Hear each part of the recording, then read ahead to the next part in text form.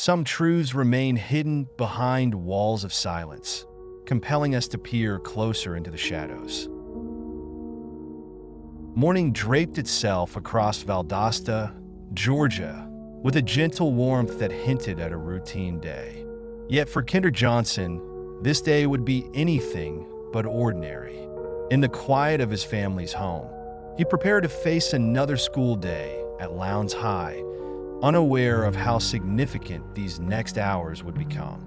No words were spoken, no emotional confessions were exchanged, only the silent hum of a household greeting sunrise. This was the last time his home would envelop him in its familiar safety, the final dawn in which he would be greeted by the soft glow of day's earliest light. The skies were pale, the morning dew lightly clinging to blades of grass, as Kendrick made his way to school. From an outsider's perspective, everything appeared calm, as if life itself had hit the pause button on chaos. Neighbors caught fleeting glimpses of him stepping into a car, his backpack slung over one shoulder, each step matching the rhythm of a typical teenager's morning routine. The sun rose higher, chasing away lingering shadows, painting the streets with gold. Within that golden haze, Kendrick's final 24 hours began ticking away, one moment at a time. At Lowndes High School, the campus gradually teemed with students, hallways filled with a symphony of footsteps and hurried energy. Kendrick, an active and well-liked student, moved with ease through these corridors. Observers would note his confident gait, the kind that comes from being both an athlete and a young person with dreams waiting to be fulfilled. His presence hinted at an internal spark, an optimism built upon the thrill of youthful possibility. The day's lessons awaited. Teachers were ready with their instructions. Classmates were set to greet him with the comfortable normalcy of high school interactions. In the background, the mechanical hum of ventilation systems melded with the echoing shuffle of shoes on polished floors. Students filed into classrooms under bright fluorescent lights, and the clock on the wall ticked steadily, oblivious to the significance this day would eventually hold. The crisp ring of the bell signaled the start of first period, launching the school into its familiar pattern. For most, it was a mundane Thursday. For Kendrick, it was the beginning of the end, though no sign, no cosmic warning betrayed what was coming. Outside, the winter sun climbed a bit higher, illuminating the campus and its surroundings. Cars passed along the nearby roads, their drivers occupied with morning traffic and daily obligations. Meanwhile, inside the school, a tapestry of small details wove itself into a typical morning routine. Teachers calling roll, the smell of pencils and paper, a low buzz of conversations. Only faintly did the tension of fate stir in the air. No one sensed the weight of time pressing in. By mid-morning, Kendrick was seen navigating through hallways, occasionally stopping at his locker. Surveillance cameras recorded his movements for a few seconds at a time, capturing nothing but the ordinary. He wore the same expression countless students wear during the lull between classes, thoughtful, perhaps a little preoccupied, but not visibly distressed. Life advanced predictably, second by second, without drama or spectacle. Yet even in the safest routines, the seeds of tragedy can lie dormant. With every tick of the clock, the final countdown for Kendrick Johnson moved steadily forward. As the day progressed, a sense of normalcy continued to cloak Lowndes High School. Classrooms switched gears. Students rotated for different lessons. Teachers prepared new materials, and the fluorescent lights buzzed gently overhead. From a distance, Kendrick Johnson seemed embedded in the typical ebb and flow of high school life, exchanging nods with fellow classmates, dropping into the cafeteria for a quick scan of lunchtime crowds, and heading to his next class with an unhurried stride.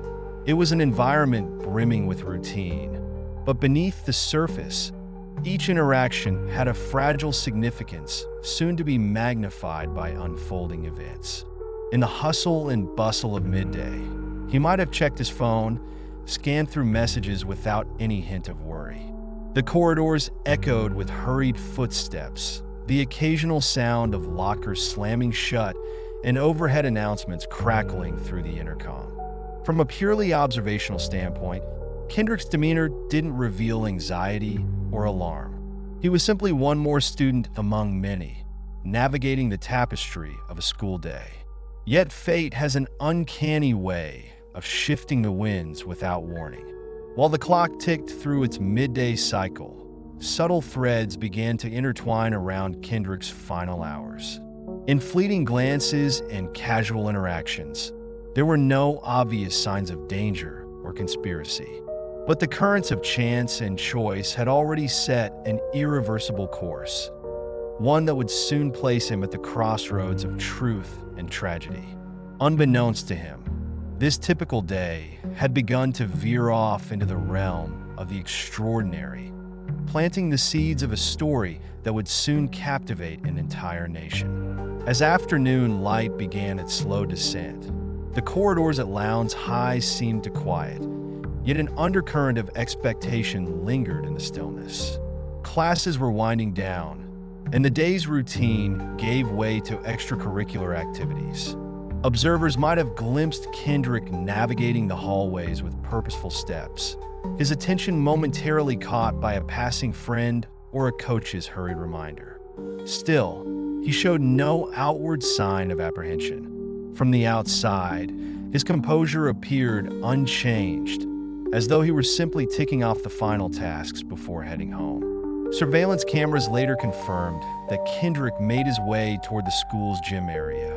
He had a habit of keeping personal items in certain spots, a common practice among students involved in sports. To any casual onlooker, there was nothing unusual about this short trip. A young man retrieving a pair of shoes, perhaps, or double-checking an item he might have left behind. The unremarkable nature of these last documented moments would later stand in stark contrast to the horror that followed. Shadows began to stretch across the gym floor as the sun dipped lower, casting long patterns of light and dark. The world outside continued its routine, cars, buses, and parents arriving for pickup, while Kendrick's final steps played out in near seclusion. Each footfall, each breath, carried the weight of an ending no one could foresee. The stage was set, the final hours counting down. In those closing moments, quiet enveloped him like a gathering storm, hinting that the ordinary could swiftly transform into the unthinkable. Nightfall gradually replaced the fading daylight, bringing with it a hush that settled over the sprawling campus. Within the gym's silent confines, Kendrick Johnson's fate converged with the shadows. Official reports would later suggest a tragic accident involving a rolled-up gym mat, stating positional asphyxia as the cause. However, whispers of something darker soon rippled through the community, evoking suspicion and unanswered questions. Only Kendrick himself, in those final moments, would have truly known whether danger closed in from the fringes or if cruel misfortune had found him when he was most vulnerable.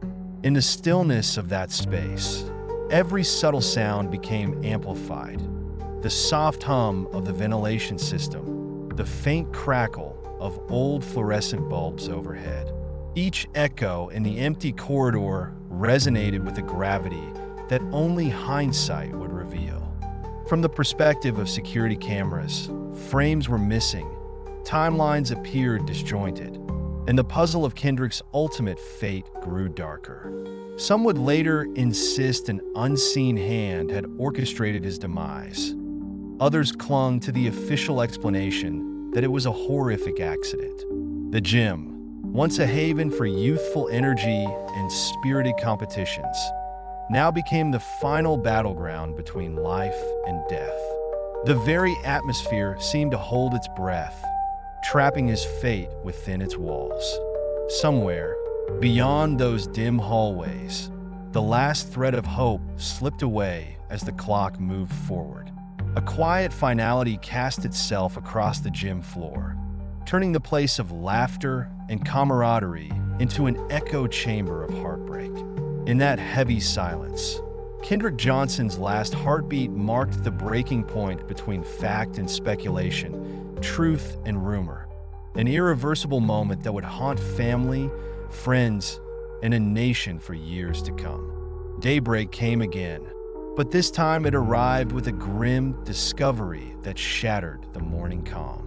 News of Kendrick Johnson's body found in the school gym rippled through the halls, then out into the city of Valdosta, and soon across the entire country. Media outlets scrambled for details, churning out headlines that captured the collective horror of a nation. Television segments replayed short clips of the final footage, discussing every second with feverish speculation. Rapidly, a tragedy once confined to a high school in Georgia became front-page news across America. Reporters with somber voices relayed preliminary findings and official statements. Law enforcement described the circumstances of his death, while medical examiners made early assessments that struggled to quell a growing sense of dread. The sight of family members arriving at the scene, their expressions locked in grief, became a haunting image captured by countless camera lenses. A storm of questions arose. How could this happen? Who was responsible? Was it a tragic accident or something far more sinister? As the day wore on, the story evolved into a symbol of broader issues: racial tensions, the reliability of official narratives, and the vulnerability of youth within institutional walls. Social media exploded with theories and demands for justice.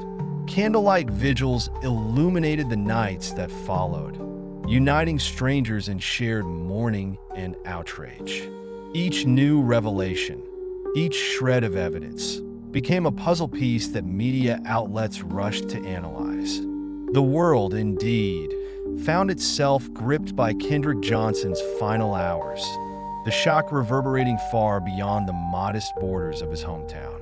In the days and months that followed, Kendrick Johnson's name became a centerpiece of debate, a symbol of unresolved questions lingering in the public consciousness. Investigations stretched on, weaving through layers of forensic tests, eyewitness accounts, and re-examinations of the school's surveillance footage.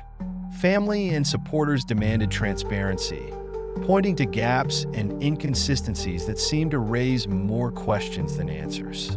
Meanwhile, officials stood by their conclusions, reiterating that the death was the result of a tragic mishap. The contrast between these narratives only sharpened the sense of mystery and suspicion surrounding the case. Whispers of conspiracy theories circulated widely, claims of tampered evidence, hidden motives, and a powerful force working behind the scenes. Online forums lit up with speculation, each new post grasping at fragments of information or rumor. Mainstream media followed every development, while independent journalists attempted to piece together the puzzle from their own angles. Through it all, Kendrick's face became a haunting reminder of a life cut short, compelling observers to reflect on the fragility of truth when intersecting with institutional structures. To many, Kendrick Johnson's death transcended the confines of a single tragedy, evolving into a cautionary tale about how easily facts can become buried beneath layers of bureaucracy and conflicting accounts.